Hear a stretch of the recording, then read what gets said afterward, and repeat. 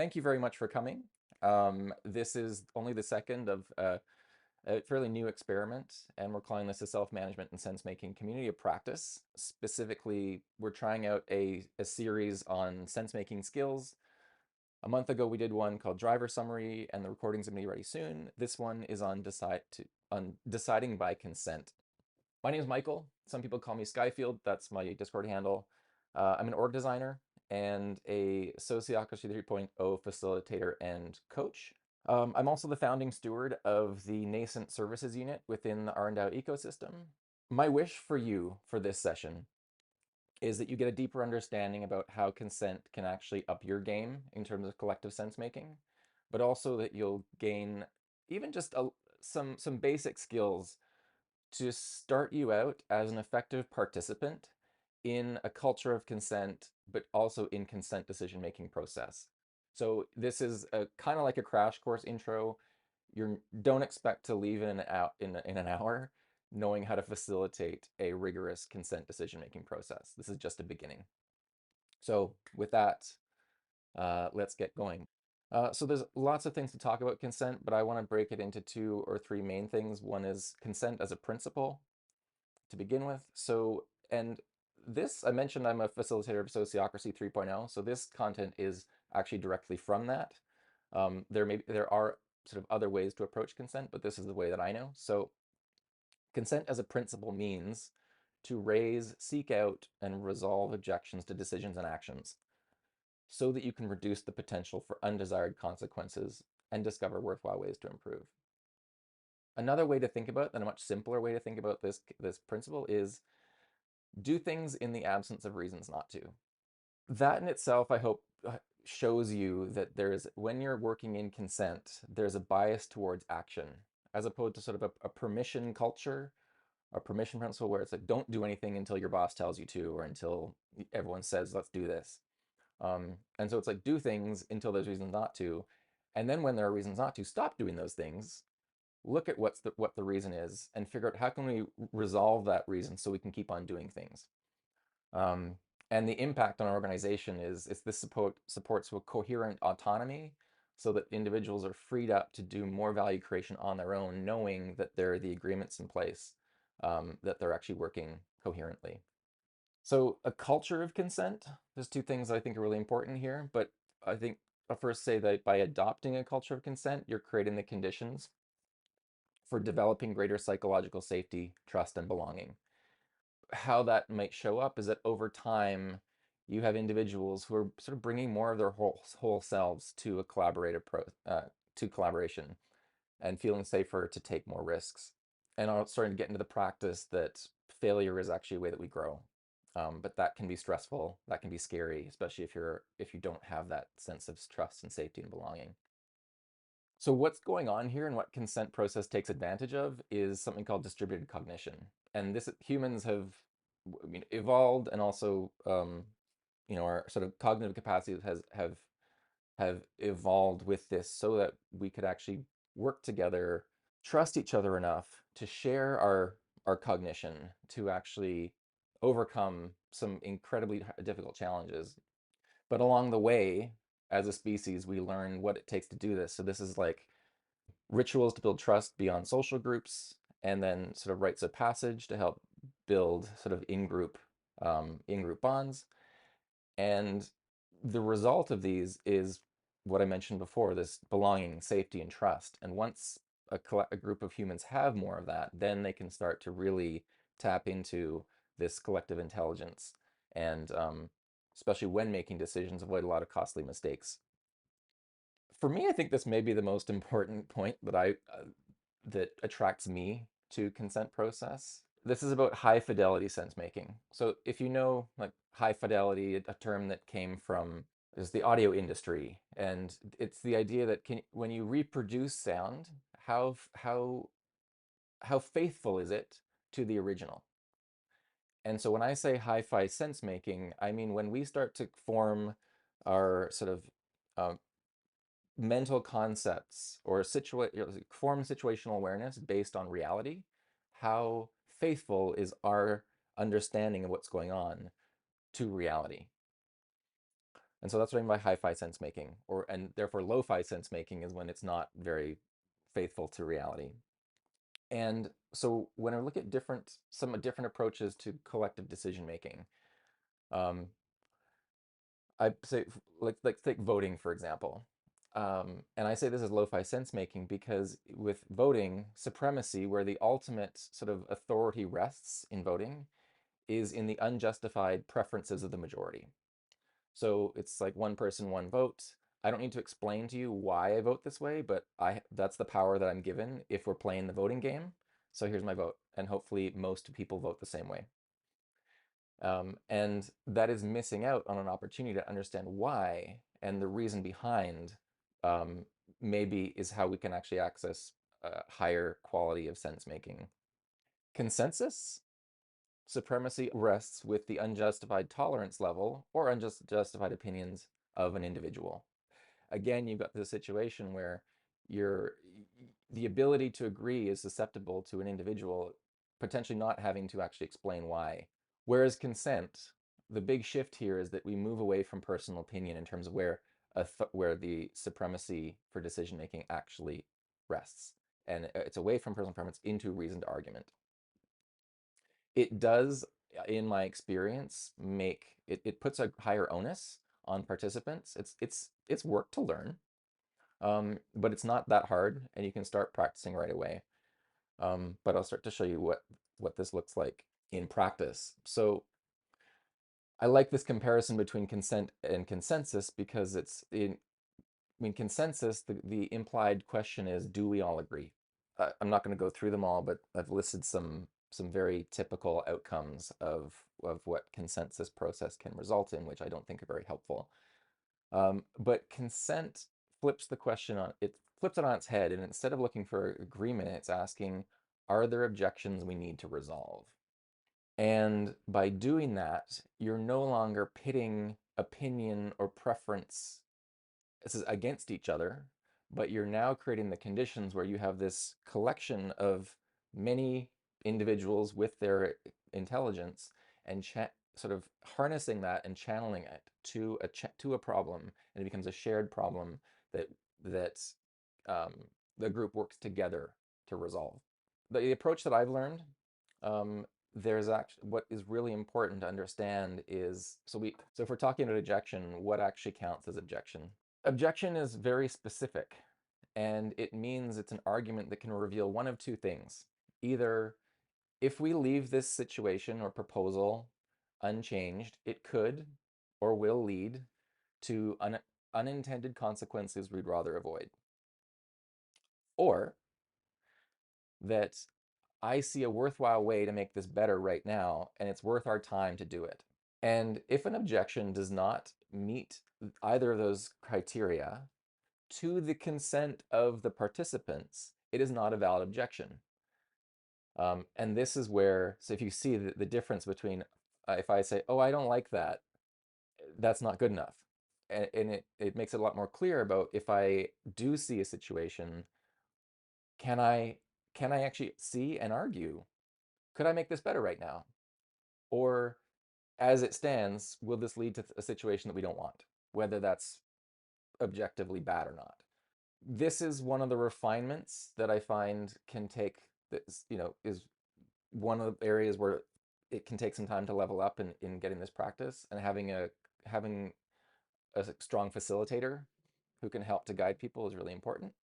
Okay, so the very practical thing is that for communicating, this isn't specifically a sociocracy pattern, but it's just this becomes really helpful in consent process to quickly communicate. So when a facilitator or whatever situation is calling for a response to, are there any objections we need to resolve, a thumbs up literally communicates, I have no objections and I'm not concerned.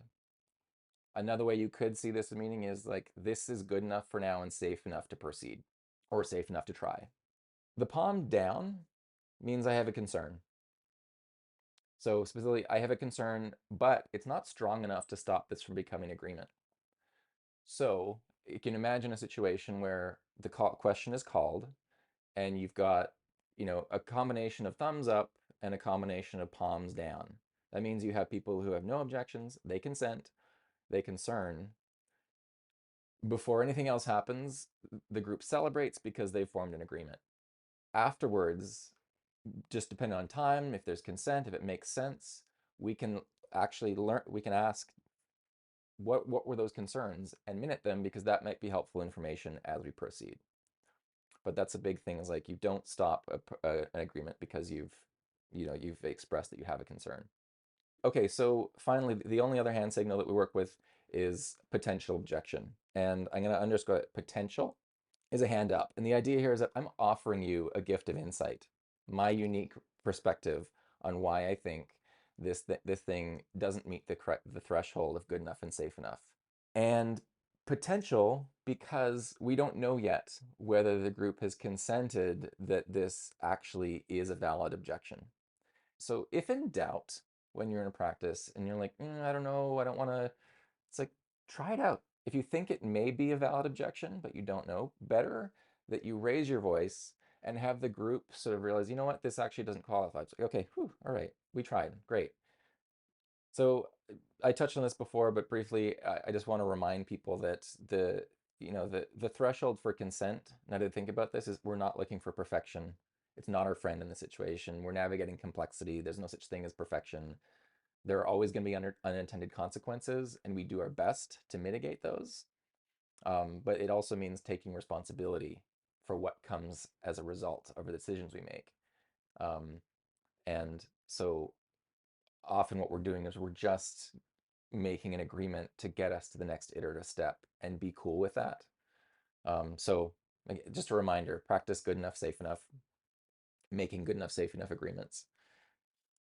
Okay, so very briefly, I'm going to walk you through what the basic pattern of reasoned decision making looks like, which will then come up in various forms of consent decision making process. But so reasoned decision making is actually a specific pattern from the Sociocracy 3.0 patterns menu.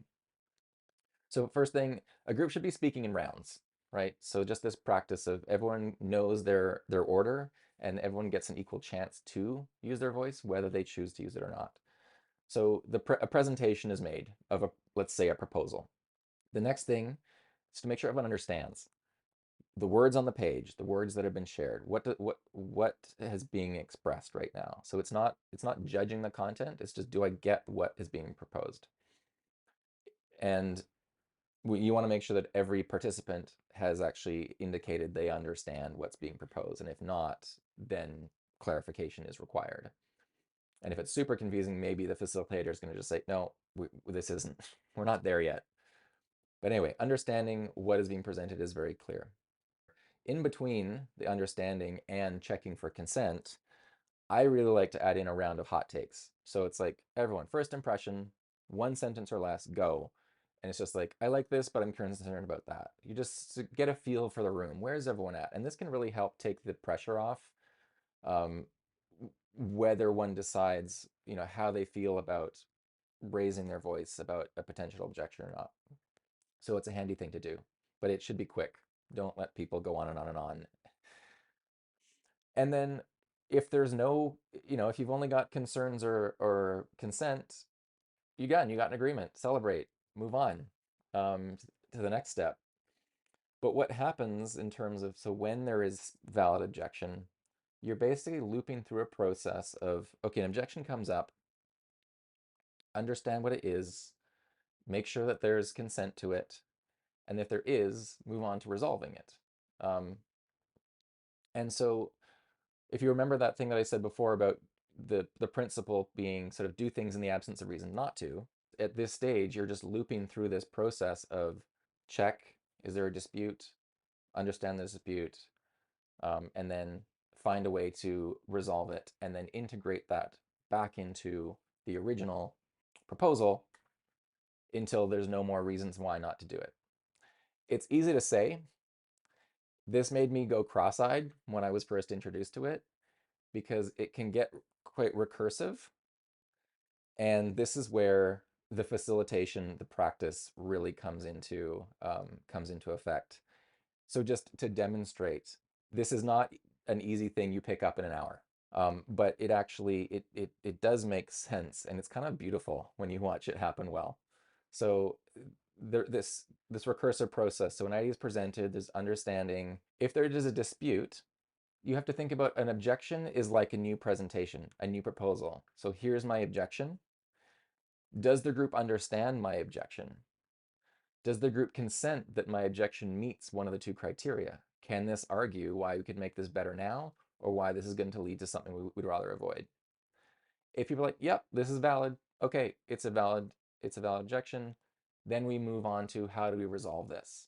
And that might be just as simple as let's turn this into a pilot instead of a project. Like this is where a creative process comes in, where the group intelligence is tapped. And it might be as simple as a facilitator prompting, what's the simplest way we can resolve this? So I'm not going to lean too heavily into this because this, again, is like, this takes a while to learn. Um, but just to see that, what if there's a dispute? What if someone doesn't consent that someone's argument qualifies?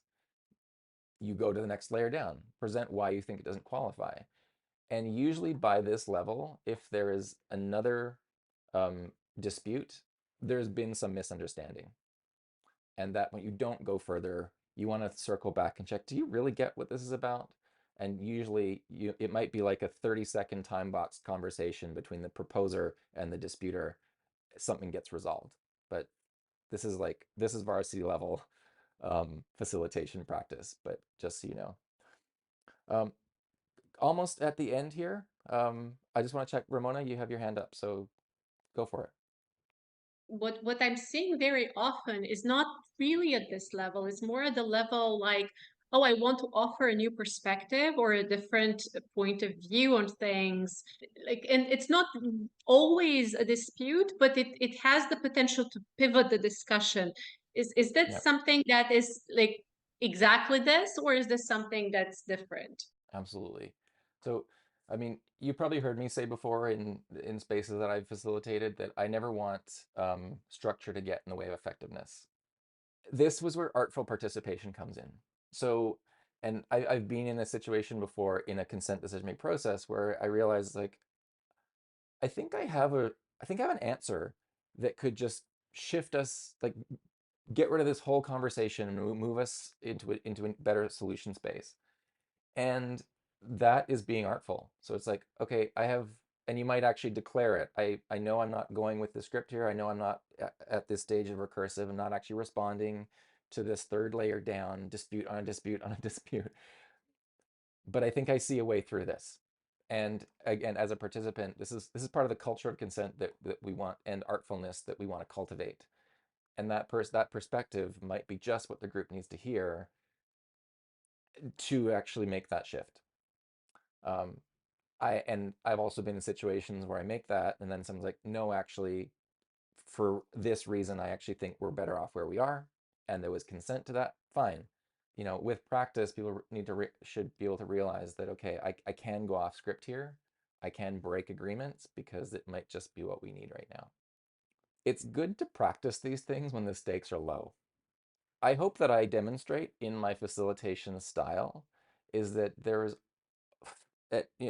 kind of through the progress of whatever we're doing together, there are always opportunities to have these little sort of consent uh, check-ins, you know. Even if I'm just asking, is everyone clear? Is everyone with me? Um, and if I get a bunch of thumbs up, great, we're going. Um, so just sort of micro practices of this process of giving everyone a voice, checking to make sure that we're all still together. Um, those build up over time. Yeah, I just don't want people to feel like, okay, let's now take the most contentious challenge and intractable problem that we haven't been able to resolve through voting or deliberation or any other tools we have, and let's subject it to a consent process because um, yeah, it takes a bit of practice to get good at this. So like I said, do it when the stakes are low.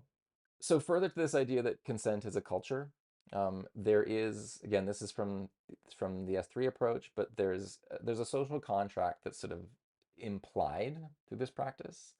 What I think is really interesting is if groups actually decide to make this an explicit agreement and say, This is what we mean. This is what we will adhere to, or at least, hold ourselves to practicing adhering to, um, that can really make a huge positive impact on how consent plays out in organizations. So like having this intention to follow through on agreements once they're made, committing to sharing potential objections. So even unprompted, and this sort of goes back to driver summaries from last time. It's like if you, as a sensing node within an organization, if you see something that is um, a reason for some part of the organization to not be doing things, you have an opportunity to raise that. And like you may not have the authority to tell someone, don't do that, but you can say, this is what I see. Here's my argument. Why? Here you go. Deal with it. Respond as you see fit. Or if it's actually a domain that you do share responsibility for governing or you're accountable for, then bringing that to your peers who you share that responsibility with. Say, here's something I see. We should respond to it. And then also being proactive about, okay, we've made decisions ahead of time, or things have been proposed. Let's make sure we're familiar with them ahead of time. And then agreements that we know are coming up for review, make sure that you're familiar with them ahead of time, and be ready to raise any potential objections that you might see. Uh, that's it. I thank you everyone for helping to make this happen. If you like this and you can think of anyone else who would benefit from future sessions like this, please spread the word. Um, we'll be announcing it in the RNDAO newsletter, in announcements channels, in the RNDAO Discord, and maybe other channels to come. But till next time, ciao.